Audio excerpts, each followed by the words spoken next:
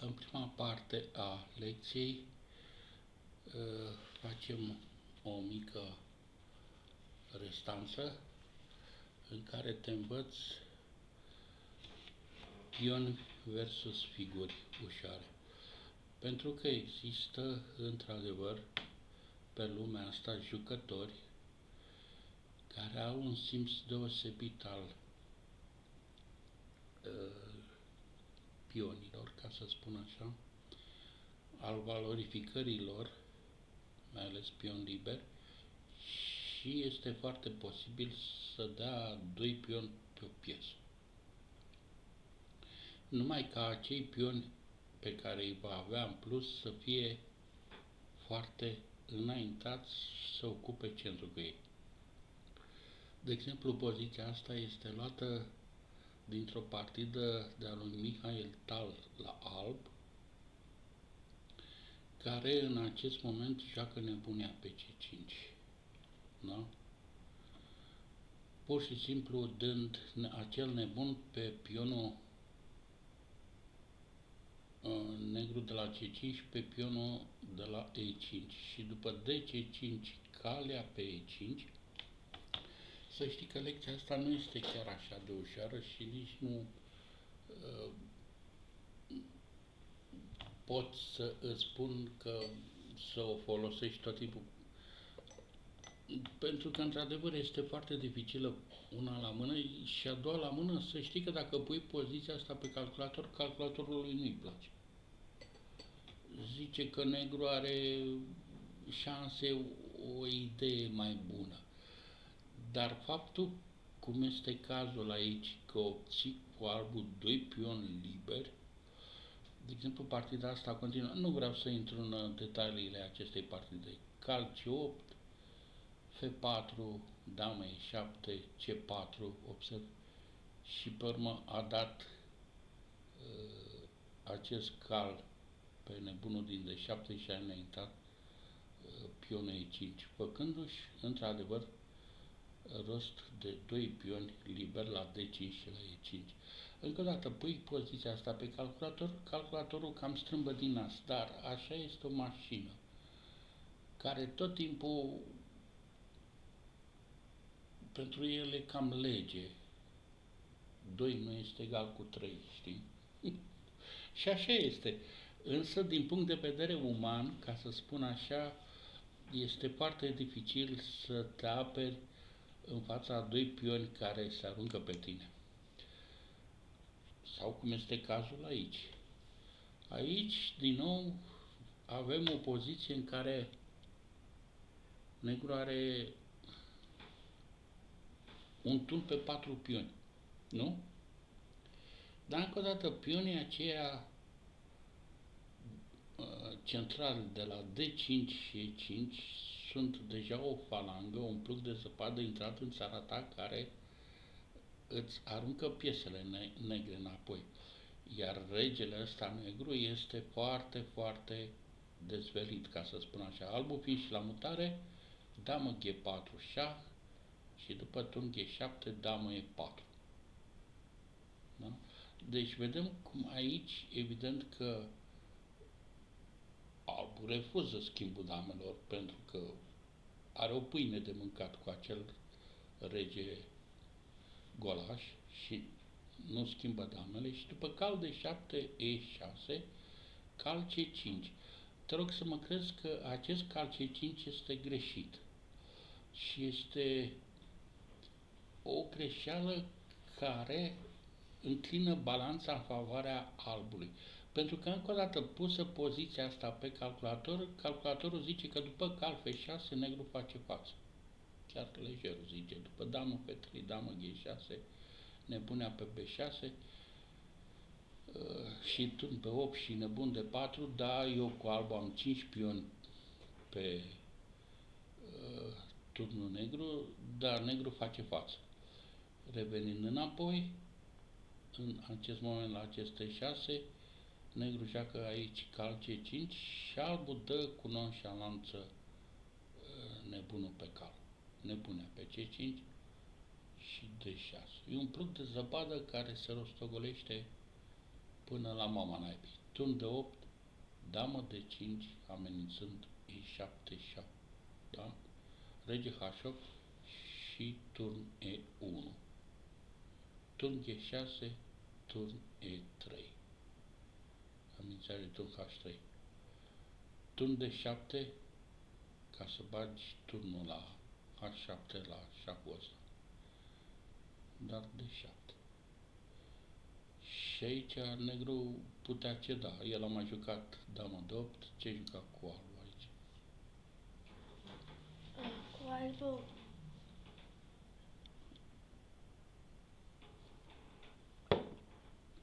N-a venit încă vremea exercițiilor, dar vreau să te trezesc un pic, e 7. Da. Și nu poți să bați decât cu dama, dar după de 8 salut. Da? Și în acest moment negru cedează.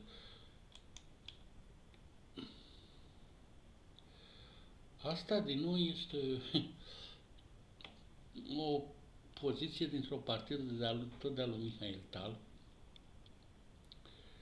Apropo, nu știu dacă ți-am mai spus, eu mi-aduc aminte că ți-am mai spus la un moment dat că Mihail Tal, lăsând o parte faptul că este considerat ca cel mai bun tactician dintre toți campionii mondiali existenți,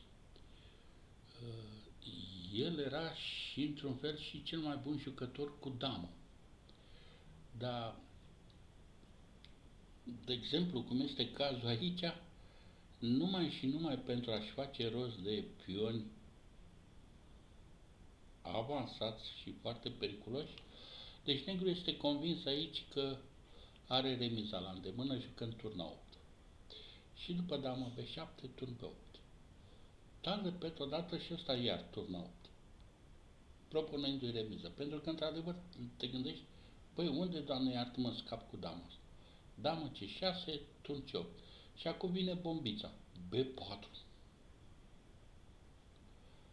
Deci dau pur și simplu dama aia pe un turn, numai să fac rost de pioni liber.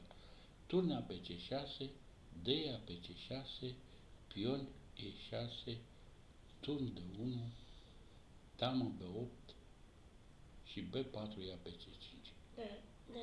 Doamne, Da, și ce s-ar fi întâmplat dacă bătea cu B-ul acolo? pe negru l-am tare. Nu, mai înainte. A, dacă bați cu B-ul, da, corect, nu te contrazic, nu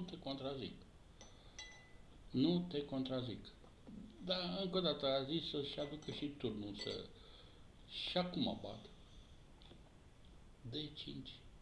Poate, uite, tocmai asta ar fi jucat. Continuu.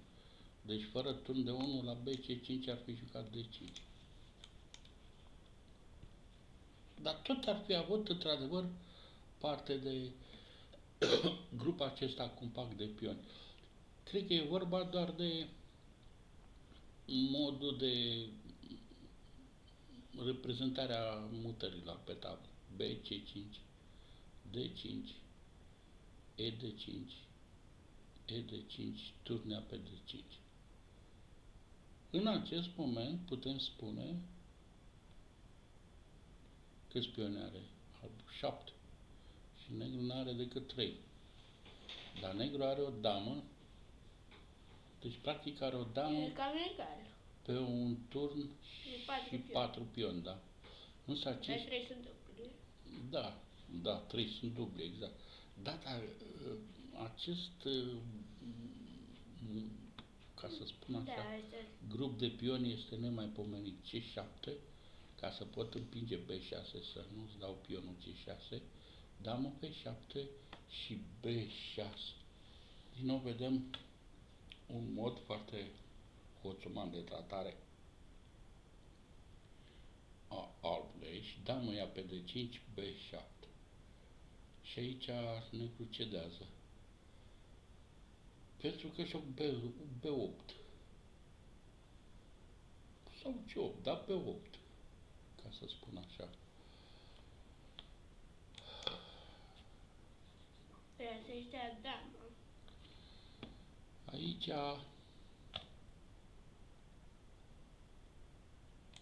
negrul la mutare îți sare în ochi.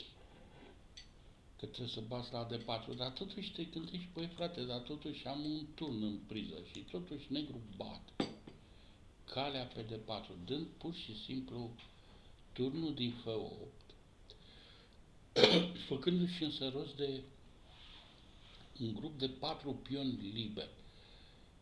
E F8, damă, rege F8 și e D4. Zici, păi cum, Doamne iartă-mă, nu reușești să reziști aici? Nu, C3. Nu poți să bați că joc pe 2 șah, nu? Da. Turnul de la G6 la G2. Disperare, numai și numai bate pe ăsta ca să pot bate înapoi și să intru în acel final și să încerc cu turnul pe linia a doua să-ți fac față. Deși, dar totuși ar fi fost o chestie, însă negru joacă turn 8, turn de 1, D2. Turn G1, retragerea pe prima linie, turn E2 pentru a împinge C2. H4, C2. Turn C1 și acum este foarte important să scot damă cu șah, de aceea negru optează aici pentru B2 șah. Să ai 4 pioni pe... Da, 4 pioni pe da. Și după rege B2, D1, damă. Și când bați dama, scot damă, dar cu șah. Înțelegi? Asta e, a fost tot spilul mutării B2. Și practic aici albul cedează.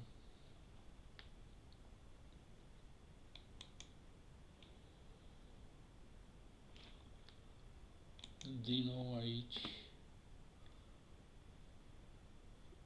Asta e relativ față de exemplele anterioare, țipă la tine mutarea respectivă, nu? Turnea pe E5. Pentru că îmi fac rost dintr-o dată de cu 3 pioni liberi, nici nu investesc mare lucru în acest așa zis sacrificiu de calitate, pentru că nu pierd decât un punct. Turnea pe E5, după pe E5, rege E5. Și vin pionii ăștia ca vântul și ca gândul pe tine. Practic aici negru trebuie să cedezi. Pe 6 nu mai ai niciun șpil. Deși ai și tu 2 pioni liberi, sunt foarte depărtați, pe când ăștia doi au, ca să spun așa, sunt ca o locomotivă de aia cu cărbuni. Și le bagă cărbunii în fund imediat. Exercițiul 2. Ăla a fost primul exercițiu, chiar trecurând la exerciții. Asta e dintr-o partidă foarte celebră între McDonald și la Bourdonnais. Și gata la 1830 și ceva. Finalul acelei partide în care negru este la mutare. McDonald. Cam așa ceva. Nu știu, uite, chiar că mă faci curios. Nu mai țin minte. Deși parcă știu că am partida respectivă la capitolul partidei. Ia stai așa.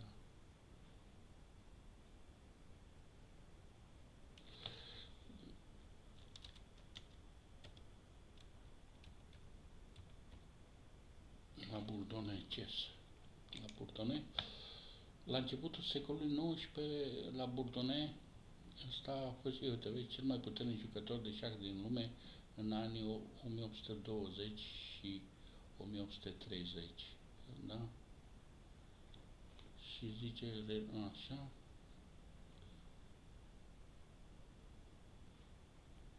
Uite că i-a dat și numele unui hotel. Așa. Uite cum arăta. Uite, săracul a trăit 45 de ani. Tânăr, da.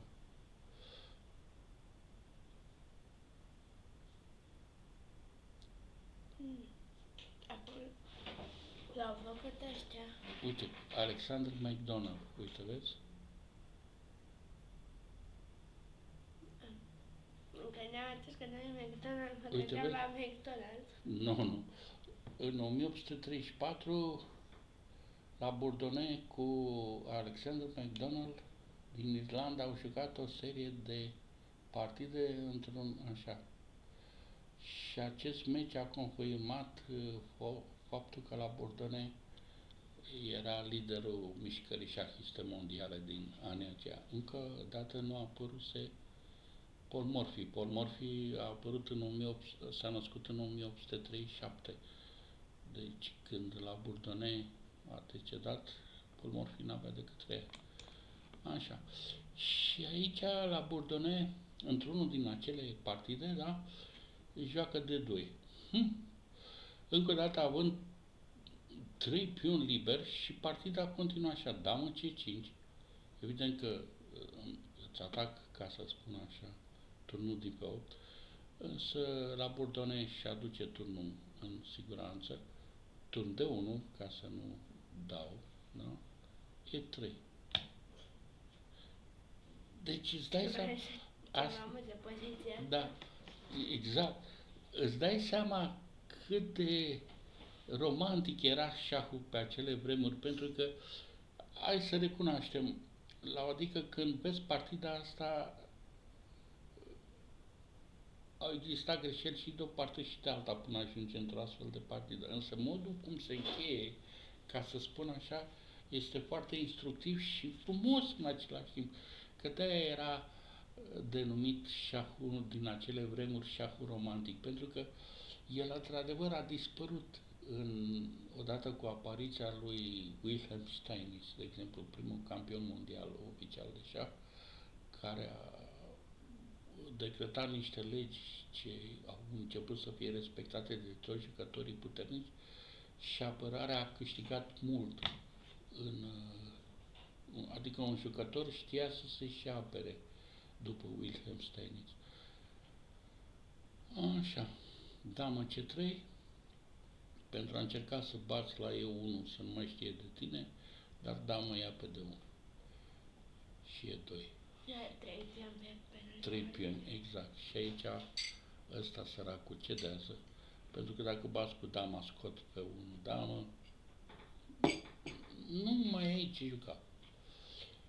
Da? Ăsta a fost exercițiul 2, exercițiul 3. Din nou, ce juca aici cu negru? Având în vedere că suntem la capitolul pion versus figuri.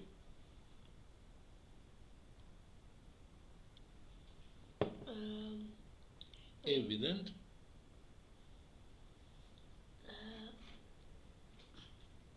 B4 ia pe C3, nu? Da. Chit că dai acel nebun. Da? C2. Salut. S-a terminat. Pentru că la damă ia pe C6, deci în acest exemplu, efectiv, negru a dat 2 figuri ușoare, dar și eu am turn C8 la dispoziție aici. Da? Și după damă E4, scot damă. Salut. Și dama 3. Și zici, mare lucru, ce ai obținut? Păi uite că am obținut, am o calitate în plus, pionul ăsta scade, după un damă E8, nebun pe 8, cale 5 și damă ia pe A2. Și rămân pur și simplu cu o calitate în plus, pionul F7 este apărat, da? Exercițiul 4. Ultima mutare a negrului a fost B7, B6. Profitând de faptul că pionul din C5 este legat, da? Și de faptul că îți atac simultan și turnul din A5. Ce ai jucat cu alb aici? Pentru că, încă o dată, în momentul când îți retragi turnul, orând îl duci, turnea pe C5 și lucrurile chiar încep să se împută pentru tine, scuze-mi expresia. Stai la pierdere. Da.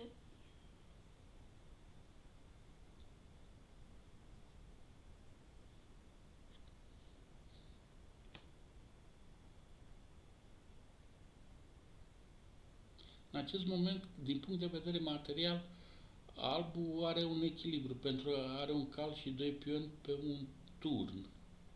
Nu? Da.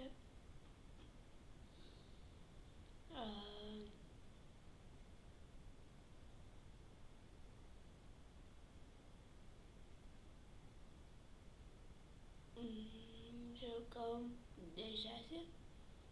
Nu, că-ți bat la C5 cu șah. Și pe urmă îți iau și la A5. C6? Îți iau la A5 turn. Și când joci rege C5, rege E7, îți opresc, ca să spun așa, avalanșa de pion. Nu, pur și simplu, albul joacă B4 aici. Îi dă acel turn pe un pion, însă ce obține? Obține efectiv, ca în exemplele anterioare, care le văzurăm, 4 pioni liberi.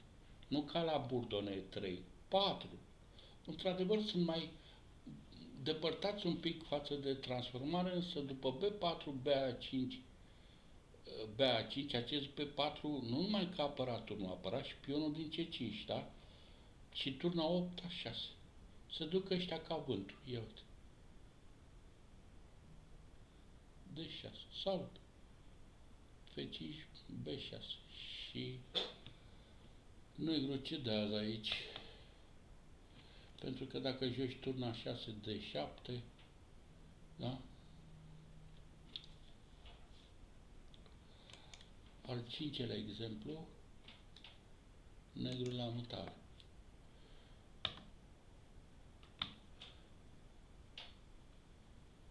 Am un pion la F2 care e feblețea mea, eu fiind cu negru, și alb a jucat nebun C5, nebun F8 C5, și când stai că ți-l bate tata și ți-l ia și lupți pentru remiză. Și într-adevăr, calculatorul zice așa, nebunea pe C5, Bea pe C5, turnea pe C5, da? Rege C2 și